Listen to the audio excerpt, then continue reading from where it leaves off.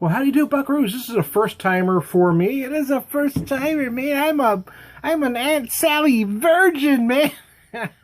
Aunt Sally's getting my cherry, baby. So I'm having the Aunt Sally from Lagunitas, a unique dry hop sweet tart sour mash ale. Reading that right from their website. We soured the wort on the hot side. Excuse me, my eyes are a little fuzzy. With lactobacillus for a few days, and then brewed up to smooth and hoppy sour ale. It's like a big bowl of fruity candy with some chewable flavored vitamins. But what's the difference? It's sweet, tart, and sassy, just like the tasty cherry pie that your favorite aunt makes. For all Aunt Sally's out there, you know who you are. 5.7%, 33 IBUs. Never had this before. I bought it because it was on sale. I don't know why I went into AM radio voice for no particular reason, but I just did. It was on sale. It was $7.97, I believe. It's been running about 10, 11 bucks every place I've seen it.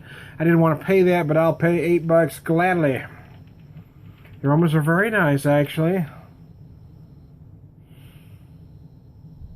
Very interesting. Yeah, I'm not sure wow.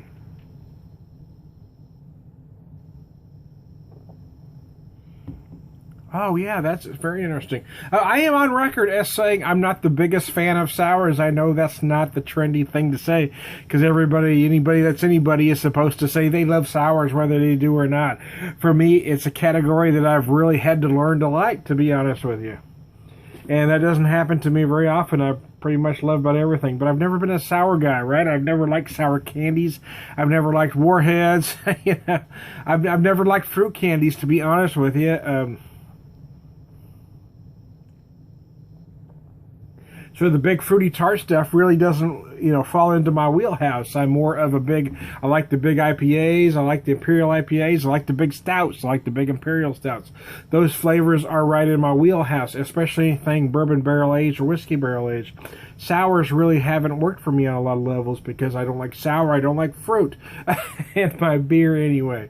But I do try them to expand my awareness. You see how that works?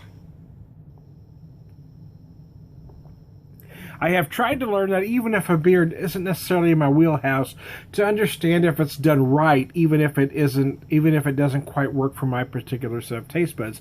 And I think that's what irritates me about a lot of beer reviewers, is that they will knock a beer down if the taste doesn't work for them for whatever reason, even if it's a style they don't like. There are many sours and other beers out there that the flavors don't necessarily work for me, but I've had enough of them where I can understand when it's done correctly, whether it's something I want to personally buy again or not. Actually, I'm finding this particular beer very interesting. Yeah, wow. Yeah, it is very fruity up front, kind of sweet tart. It's got that kind of, sweet tarts. They mentioned... They mention fruity candy or flavored vitamins, but they don't mention the old-fashioned sweet tarts. Do they even make those? The old-fashioned sweet tarts specifically, but that's kind of what the flavor reminds me of, eating those old sweet tarts. Remember those candies? Anybody? There's got to be somebody out there besides me, man. So I'm pairing this fruity beer with some radishes. It's been commented before that nobody eats radishes as a snack.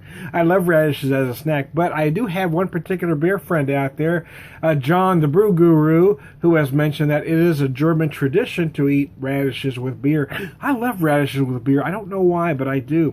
But I am of Irish and German ancestry, so it could be why. But my dad loved his radishes.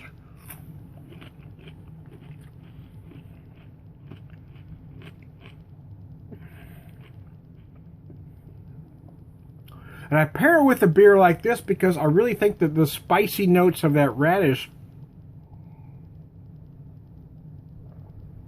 work beautifully with the sweet and tartness of this beer.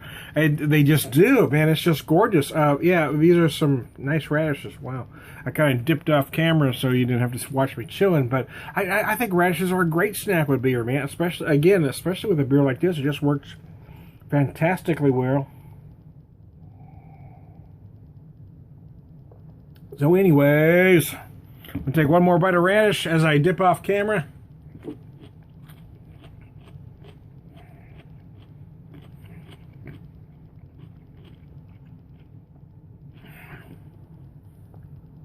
This particular radish falls more to the spicy side. It's not a mild radish.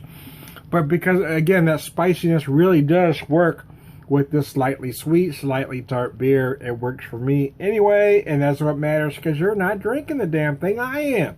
So, I guess that's another thing I like to bring up is that, you know, a lot of folks talk in absolutes. You know, you see a lot of beer guys do their videos in absolutes. Like, this is the only way, these are the only flavors you're going to get. You have to get these aromas and nothing else. You have to get these flavors and nothing else. You have to pair it with this and nothing else.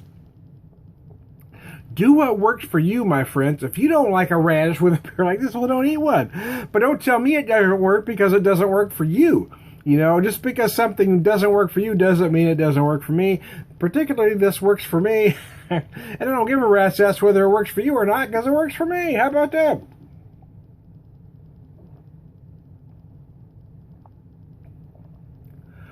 Oh, chug-a-boom, I got a burp.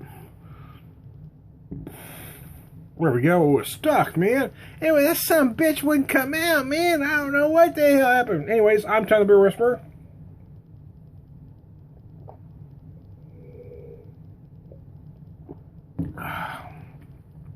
This was my first Aunt Sally unique dry hop sweet tart sour mash ale.